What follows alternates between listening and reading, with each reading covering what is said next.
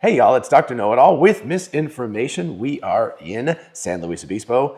The Tesla takeover starts in 1 hour and 15 minutes, so we're going to do this stat. But we want to talk about things. Big thanks to Robin and Nova first for... It's been amazing. Yeah, it's been really absolutely amazing. Yeah, so thank you so much for our place. Unfortunately, you can't really see back there because of the exposure issues, but it's a beautiful site right now. So what are we going to talk about today? Well, another thing that Robin and Nova invited us to do was use their Cybertruck for the weekend, which was also nice. So I got to enjoy it a little bit more. And driving around last night, I asked John, well, why doesn't it have FSD yet? I don't get the deal with that. And so yeah, I think that's what we're going to talk about. Okay. So why doesn't the Cybertruck have FSD? And also, why is FSD 12.5 only on hardware 4 right now? So it's a related, not really related, but sort of related question. So we're going to answer both of those with the caveat that within the last few hours, I saw AI Driver here, I'm going to get this correct, that he is downloading 12.5.1. He was downloading that last night. So this may be out of date already because there are versions, and then Elon Musk, responded to that. Let me make sure I got this quote correct as well. He said, there will be several point releases in quick succession. So that's what he said in response to AI Driver. So there's a whole bunch of stuff going on here that's all related to each other. So we'll start with the full self-driving in Cybertruck. So that was last year before the Cybertruck came out, like October or something like that, November, when we knew what the release time was, the November event. There were a bunch of people who argued with me on X and said, full self-driving is coming out with the Cybertruck like immediately. And I'm a nice guy because I was like, absolutely, this is not going to happen. And they were like, absolutely it is. And of course, I probably could have won a couple of dollars off of them if they'd wanted to bet. But here's the reason why. Full self-driving is not exactly like a human being. I guess that's the best way to put it.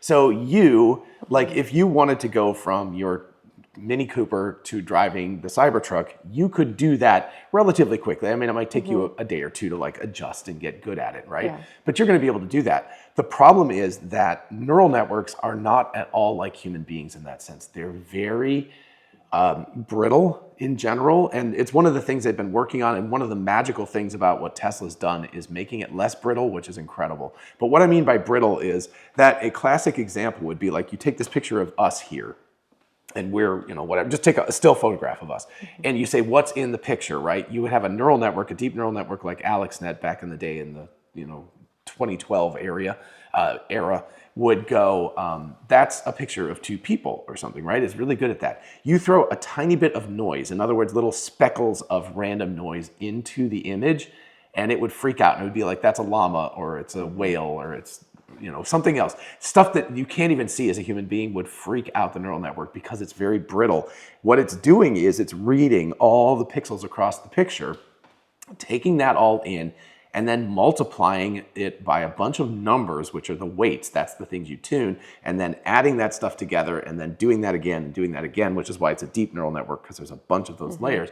And then at the end, you get an output, which is a probability of what it is. So you think about it like this, right? If there's 1,000 categories and one of them is human, hopefully something like 70 or 80% says that's two people in a picture, right? Something along those lines. But if you add the noise to it, because of the difference, because of the training data that it got, was all of these pictures without noise in it, and you add a little bit of noise to it, it completely blows it up. Because all it's doing is reading these numeric values across. Like when we look at a picture, we look at the picture. If I look at you or this scene or something like that, I'm not taking account of like every color of every pixel on the wall, right? That's unimportant information. Unfortunately, neural networks are very bad at that. They're like, oh, look at all that information. So by noise, you would mean that you're saying that the Cybertruck is a different size and it has cameras in different places, and so it's not an exact replica. Right. So with that, does that mean that it took, like going from the 3 to the Y to the X, did this also happen when driving those and getting the data? Tesla is not very forthcoming about that. My guess is that the Model 3 and the Model Y and the Model S and the Model X and now the Cybertruck all have different forks of the neural networks. There are ways of dealing with this, by the way. You throw at data with a lot more, noise and things like that in it. And these days, what that means is just a ton of like driving data and stuff. So training. you can overcome this with training. So, when I talk about this is a problem that existed 10 years ago. It's less of a problem now because people know how to get around it. But I'm just trying to explain how different a neural network is than a human being. One classic example is they would show it pictures of, this is again 10 years ago, but they would show it pictures of wolves and pictures of dogs, and it got really good at that. And they were like, wow, cool. But then what they did was they started showing it pictures of dogs in the snow, and it inevitably identified them as wolves. And then what they realized over time by analyzing it was that most of the pictures in the set of pictures that they had wolves in the snow. That was the picture. Oh. So what it was doing was it was looking at the background and going like, oh, snow means, not that it's thinking that way, but essentially snow means dog. And so it wasn't looking at the subject of the photo, which a human would look at and say, well, that's a pug, that's obviously not a wolf. But it would look at the snow and it would go like, oh, there's snow and therefore it's a wolf. So it's just that kind of bizarre thing that can happen. It's just so cool that it feels like it's like training a child. Like trying to teach a child the differences, the nuances, and all of the things. Right. But it's a child that's like, maybe you could say like a child on the spectrum. Because one of the problems with people on the spectrum is they can't ignore a lot of the background information. And so maybe that's a good analogy. Is it's not training a child, but one who's on the spectrum. And so you've got to teach them who's autistic or, whatever, that you have to teach them in a different way. So it doesn't learn exactly like humans. And that's been a big problem. Also, they're black boxes. We don't know exactly how they work. So there's a lot of interesting problems, but this also leads to some of the bizarre behavior, like the fact that the windshield wipers didn't work for a while, that it jiggles back and forth in lanes, that it does phantom braking. There's lots and lots and lots of these weird little errors, which I give, a lot of people get really mad about that. Like back with version 11 of the software, people are like, damn it, those windshield wipers are going all the time. And I'm like, I was one of those yes. people. I was not happy about that one. I was always like, it's annoying, but I understand why it's happening. And so I have to give them, the thing that really blows my mind with Tesla is that they're making it work. Like not the fact that it doesn't work, because that's easy to understand. It's the fact that they're making it work that really blows my mind. And Ashok just posted something and said that his test, which is actually one of my tests as well, and I don't trust it, is the coffee cup test. So take a relatively full cup of coffee with the lid, but not a sealed lid, not like something like this where you have a seal on the top, but one that could spill. Stick it in your cup holder and drive the car around and see if the car spills the coffee. With full self-driving up to now, absolutely it would spill the coffee. So I always have to pick it up and like hold it, when you're going over bumps or around turns. We've had lots of coffee spills. Yeah, exactly. So I always said that there should be a baby on board or something like that, or don't spill the coffee mode. Like where you're like, because you've got some really sensitive stuff in the car and you don't want to jiggle it. Oh, that's cool. Because back when I was baking cakes, that would have been wonderful to say, I have something in the back. Exactly. It's like, I don't want this sliding around and going crazy. But anyway, Ashok just posted this, I think yesterday, that he did a 30-minute drive without his coffee cup spilling with 12.5 something. And so that is a huge advance. Anyway, so back to why the Cybertruck doesn't have full self-driving. It couldn't have full self-driving when it came out, was that it needs a whole separate fork of this. So even if the Model 3 and the Model Y and maybe the S and the X, the cameras are relatively in the same position, the cars are about the same size, which is not exactly true, but that's why I think that they have to have forks for all of them. But anyway, the Cybertruck is really big. So it's way different size. It's got cameras in very different positions. They're up much higher. They can also go up and down, right? So imagine if the thing is driving with the suspension like really high versus really low. That means the cameras are in a different position. And again, while it doesn't affect humans at all, we're like, whatever. Like I said, it's different. It looks at the world differently when it's 4 or 5 inches higher up than it does if it's down lower. So all of those things meant that they needed to fork off the training, and they needed to train the Cybertruck on its own fork of this software. Well, then it seems like if it did need all that training, it would have been kind of, not crazy, but it would have been ridiculous to think that the Cybertruck would have come out with the FSD, because it needed that training. Is why I would have bet people. and so then even with that, it seems like, how long has the Cybertruck been out now? It seems like it's going really fast then. If it's just now getting to a point to where it can come out, it seems like it's not been that long. I'll pat myself on the back because I said July last October or November. I said July of this year, and it looks like it's going to be patting that. himself on the back. For Imagine being that. right. Imagine that. But the reason why was because I figured that they already had so much of the training. It's just kind of a fine tuning layer, so it doesn't require a complete redo of everything. But they needed the data. They needed several thousand cars, Cybertrucks, driving around collecting data to make sure that they could validate and all that. The interesting part about all of this is that 12.5.1 AI driver said that just came out. We don't know. 12.5.x, one of the versions, is going to have the Cybertruck support on it, and it will allow full self-driving with the Cybertruck. Somebody responded to AI driver and said, yes, it does include that, but I can't verify that. And we actually just checked, since Robin, loaned us their car. It's so generous that I just checked to see if there was a software update, because I was like, how cool would that be if while we were here they had the 12.5.1 and it enabled Cybertruck full self-driving? That would be cool. Anyway, we don't know. The related topic to this is why hardware 4, which also might not be true anymore with 12.5.1, it might now work with hardware 3. We don't know. But why is hardware 4 the only version that's been able to have 12.5 so far?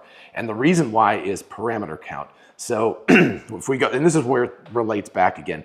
If we go back to that idea of you take the photons in, and the photons in is different between hardware 3 and hardware 4 because the cameras are way higher resolution in hardware 4. So they can take in much more information, which again changes the entire thing. For a human being, it's like, this I can't see, this I can see. It's a little blurry, things like that. It's like I can still make out, right? So this is like hardware 3, this is hardware 4. Man, I look old when I take my glasses off. But for a car, for these neural networks, that's entirely different. You might as well just call it a completely different thing. So they've actually been running the cameras in hardware 4 at a lower resolution and kind of faking being hardware 3 cameras. And the hardware, the boards, are faking being hardware 3 boards. But this, Elon had said earlier that it was going to be after they got their data center in Texas working, the one that's just coming online now, that they would train the hardware 4 forks separately, but maybe that's changed a little bit. But anyway, the problem right now is, and this is again from Elon, who said this himself, that 12.5 has, I think, double the parameter count, which means all of those numbers that get multiplied by the input photons, there's twice as many of those. So if you think about it, hardware 3 has, this much memory, whatever that is, right? And now all of a sudden you said, here's the number of parameters we need to do this. Now it's this big. So it's suddenly twice as big. It's like, where the hell is that going in hardware 3? And how are you going to process it, all of that kind of stuff, because there's a certain amount of speed that you need in order to process that. So this is a problem for hardware 3 because it's pushing it beyond the limits.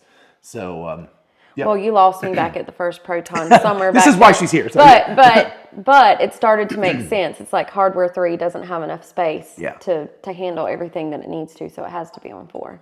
Okay. Yes. So. It's mostly just there's too many numbers.